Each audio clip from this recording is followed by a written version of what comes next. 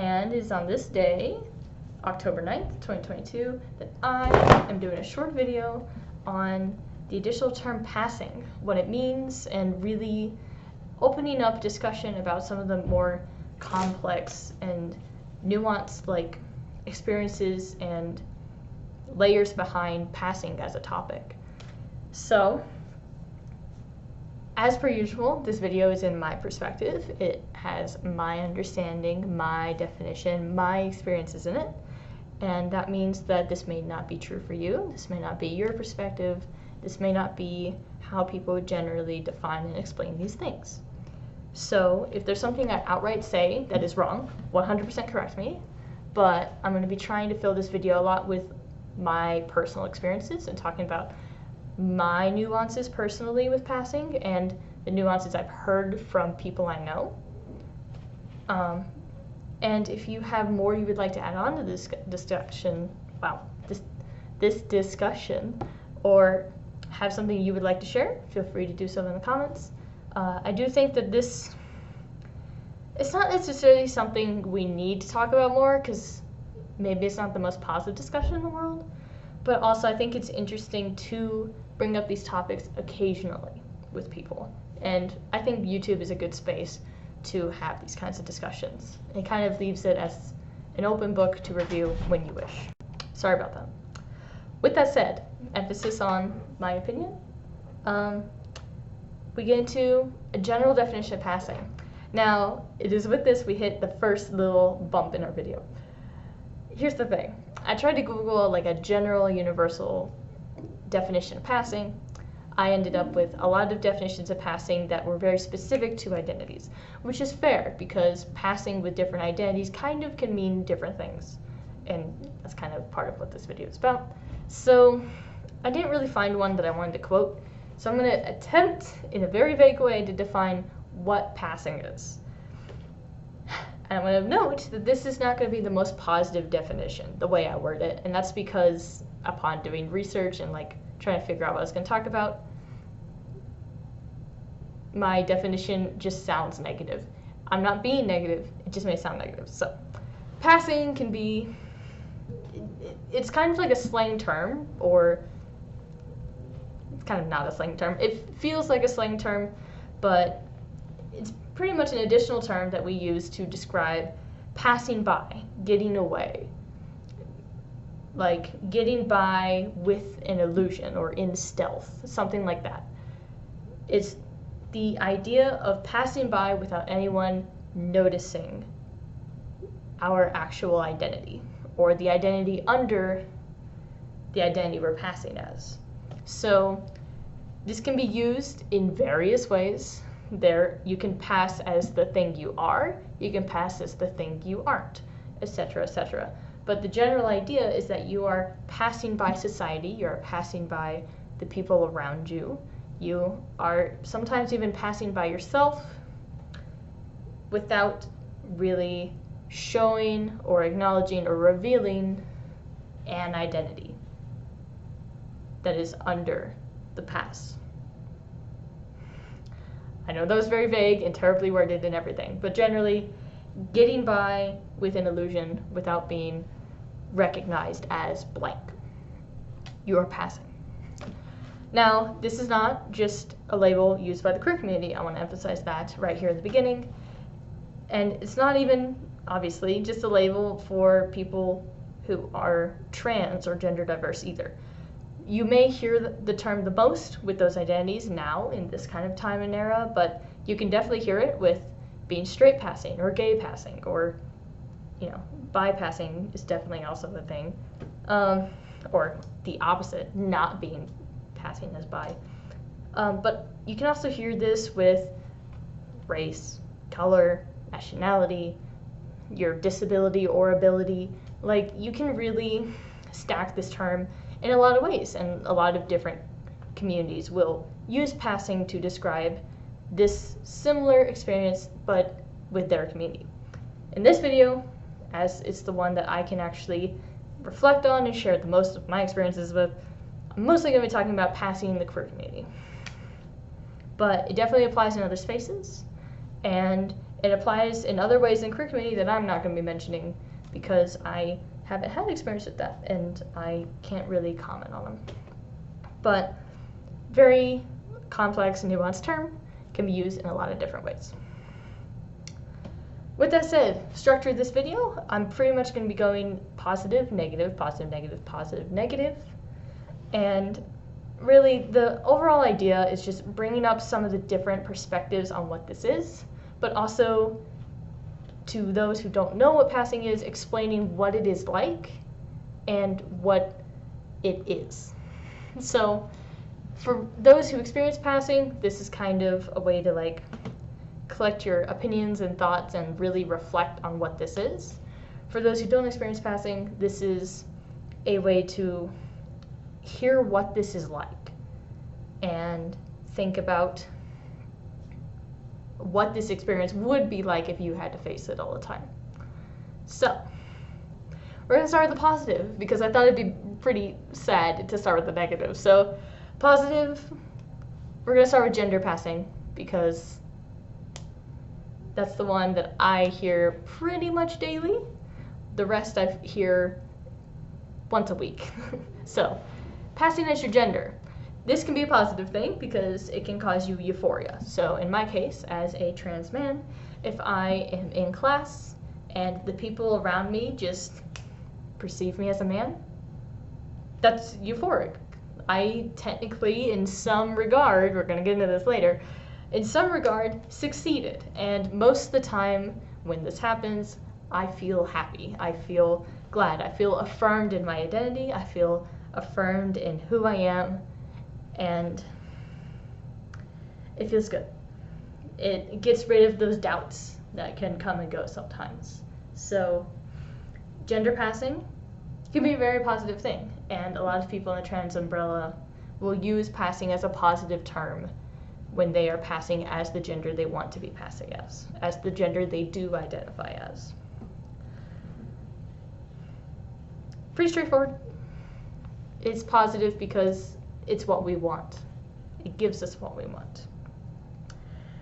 A negative form of passing, to kind of counteract that same thing, is when passing comes from a stereotype. It can feel disheartening. It can feel sad. So, in my case, if I overdo male stereotypes just to be perceived as male, I can sometimes feeling less euphoria and more just sad that that's the way that I have to be in order to be perceived as my gender. I am successfully passing maybe, but I'm passing because I have to fulfill these stereotypes on what a man is. I have to act this way or that way and not just how I am in order to achieve that. So I know that there are TikTokers, trans man TikTokers, and I'm sure there's trans women as well, who, or non-binary folks as well, who have TikToks talking about how they got perceived as their gender, but it was because they were kind of overdoing it on purpose and it just didn't feel genuine.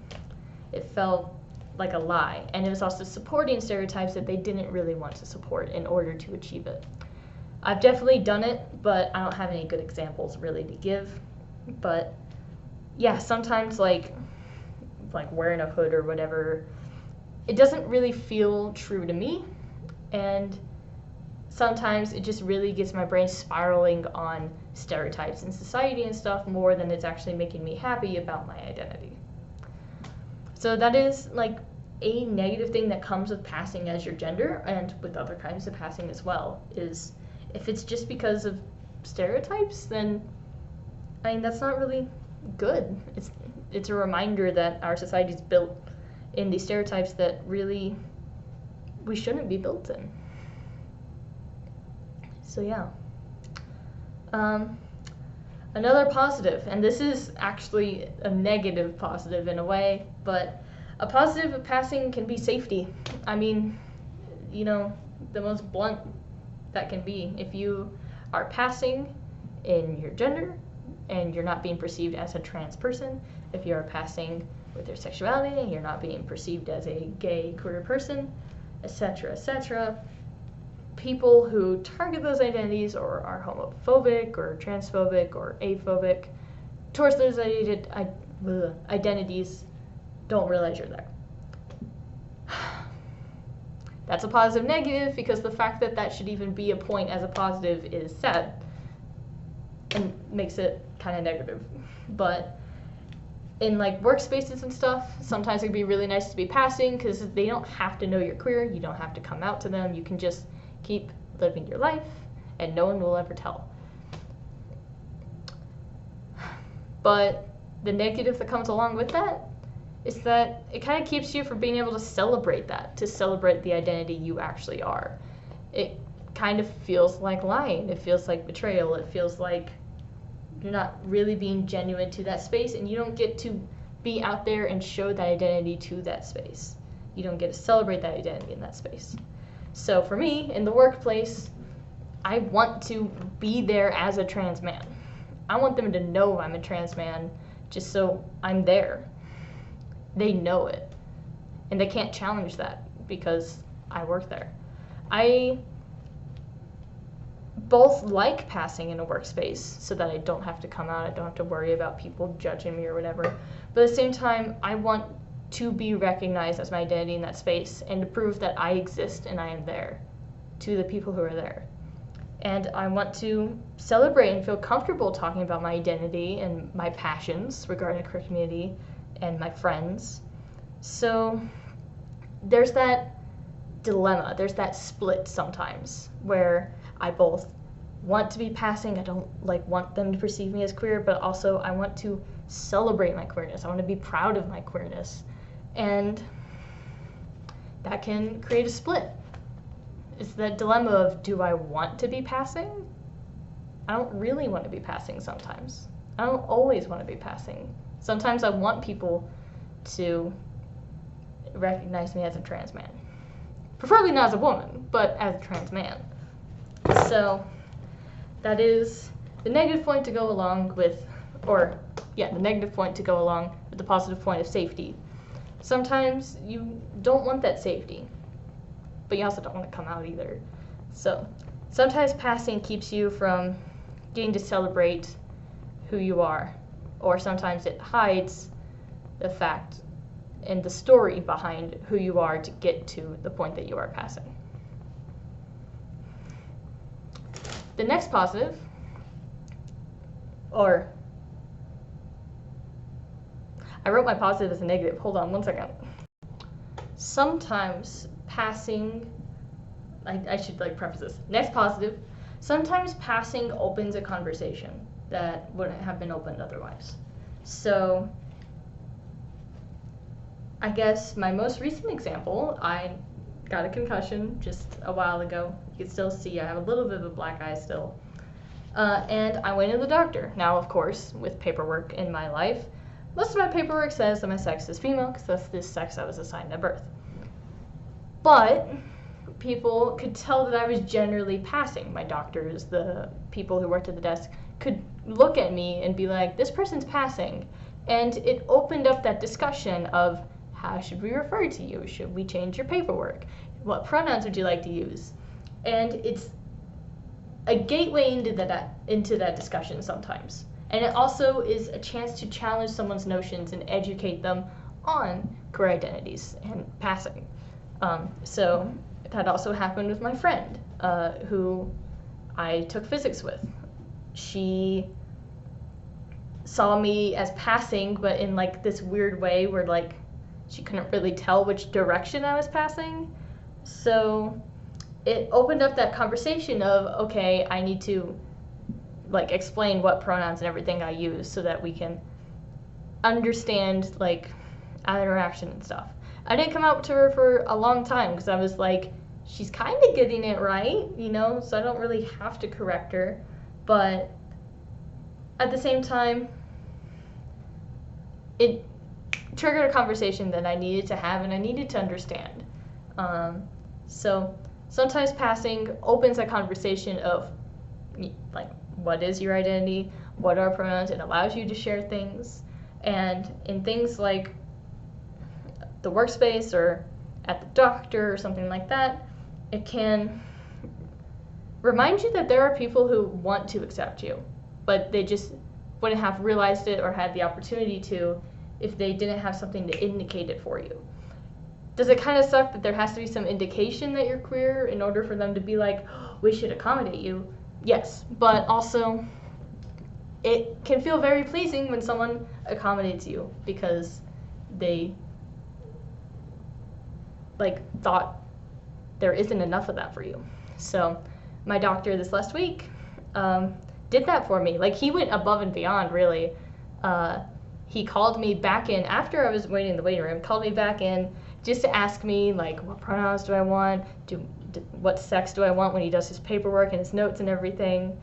And it was really nice, and it made me very happy for a few hours. So yeah, passing can bring up that kind of discussion and challenge people's notions. And again, introduce that we're here. And yeah, in my life, I think that's a good thing. And then the last negative, and I feel this one. Oh, I feel this one. There's also passing with gender and passing with other terms, gay, straight, can be flipped around. So I can also be passing as a woman in like a circle of women, because that's how I was raised, that's how I behave sometimes, that's an environment that I fit in sometimes. So sometimes you can reverse pass yourself. You can pass as an identity that you aren't. Sometimes it can be a good thing, but also sometimes it's not a good thing. And, you know, it really makes you reflect on those feelings of like, okay, I'm passing with this group of women because I identify in a way with how I was raised and stuff like that with this group of women. However, I'm a man, but I want to be able to fit in and talk to these people, you know? So sometimes you flip it back onto yourself. And sometimes it can be sad. It can feel like it's like a roadblock in your road or whatever. Sometimes it can make you like doubt yourself and be like, wait, am I this identity? No. But it can be flipped. So, yeah. And then one more negative, because I'm struggling to come up with another positive. Passing in between identities is definitely a thing. And sometimes when you're passing as the gender you want to be passing, you're passing as the sexuality you want to be passing as or whatever, your identity can also get hidden, or you'll be assumed to be too far as a passing. So an example of that, I guess, if you're like a trans man and you're being perceived as a man so much that people see you at Pride and you're like, oh my god, it's a cis-het man at Pride. Cis-het allo man at Pride. And it's like, thank you for seeing me as a man, but also, I am queer. So, you know, there's that. It's, sometimes people don't want to be seen as queer, even when they are passing, but other people still want to be seen as queer while they are passing, and so there's also that. And with identities like bi or non-binary, passing can be a very layered dilemma, because people assume both ways regarding like how you are passing. If you're non-binary and you're passing as masculine, people will assume you're a man, or if you're passing as feminine, they'll assume you're female and not non-binary, whatever that non-binary identity is. If you're bi and they see you with a woman, they assume you're lesbian, we're talking about a girl here, and see you with a man, they assume you're gay, but maybe you're bi. And really passing just knocks out whatever that identity is. So I know passing as a non-binary person is a very, very, very layered, complex topic in and of itself. And I don't have enough of my experience to talk about that. I did identify as non-binary for several months. And generally when I was non-binary, I was content as passing as masculine, or if someone called me they, I was pretty happy. Pretty content with that. Because really, I just was against being perceived as a girl. So anything that wasn't being perceived as a girl, I was happy. I still use any all pronouns because I didn't realize that. But, you know, I felt okay.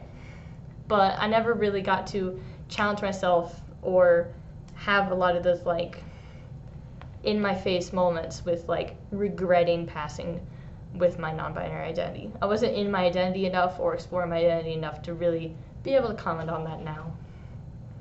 But it's definitely a big thing.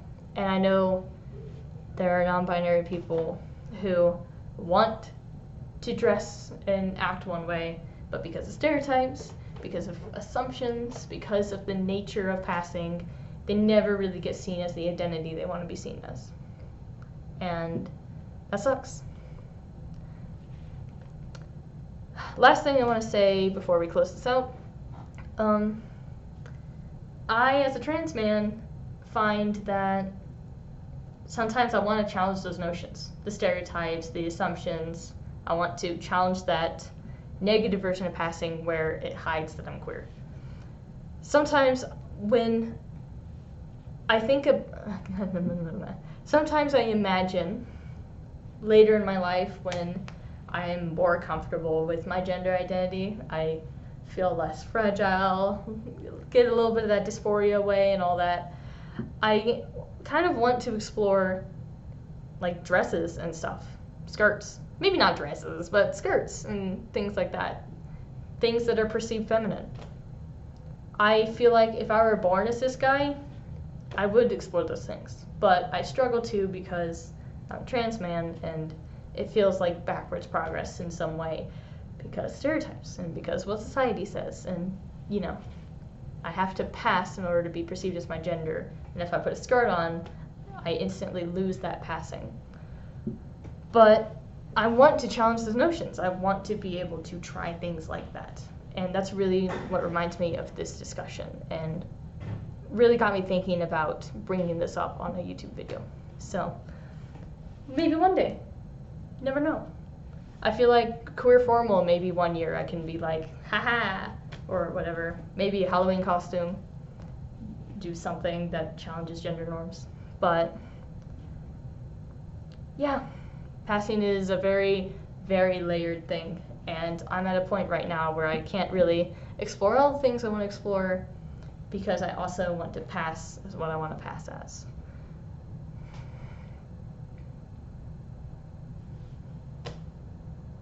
And sometimes I'm allo-passing, but I've never actually heard anyone else ever say allo-passing before, so no comment, no comment. All right, with that said, we'll get into the final announcement section of this video. Usually I don't have announcements, but this is an important week for me. So I have three things. I have 3 things to say about this week. Number 1, concussion and everything. I'm gonna go in tomorrow to get everything checked and I'm feeling better. So good news, I'm feeling better. And after this week, a lot of my hardest schoolwork is over, so I can actually focus more on doing these things and actually reading books. I haven't been able to read books and it's been just so stressful. So there's that. Announcement number 2, I have this asexuality discussion I'm hosting this week, and I'm both very excited and very stressed about it because I want it to go right and I don't want it to turn into an argument on identities and stuff like that.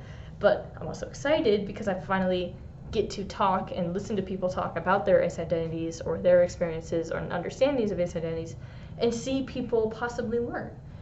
Very excited about that. So that is this Wednesday. I am excited, but also scared. I'm really scared. I'm stressed that it's gonna go wrong. But asexuality talk. We need to have more, and I am really hoping it goes well. So the next video that comes out may entirely be about that talk. And then the last thing, maybe the most important thing of the 3, I have my initial trans care meeting this week. What that means is I have my first discussion about getting hormones this week. And my heart is on end right now. Like, every time I think about it, it gets beating. I planned it like months ago, right? Because it was like months in advance, and I was like, it's in October, we can wait. And October is here, and I'm just like, oh my god, oh my god, oh my god, oh my god, oh my god, it's here, it's here, it's here. So that's this week. We'll see what comes of it. I don't know what will come of it. Something may not, but initial transcare appointment to talk about hormones is this week. So I'm feeling a lot of emotions with that, and we may also just have an entire video about how that goes. So very excited. That's all I have for this week. I hope you all have a good one. I'll see you all next time. Bye bye.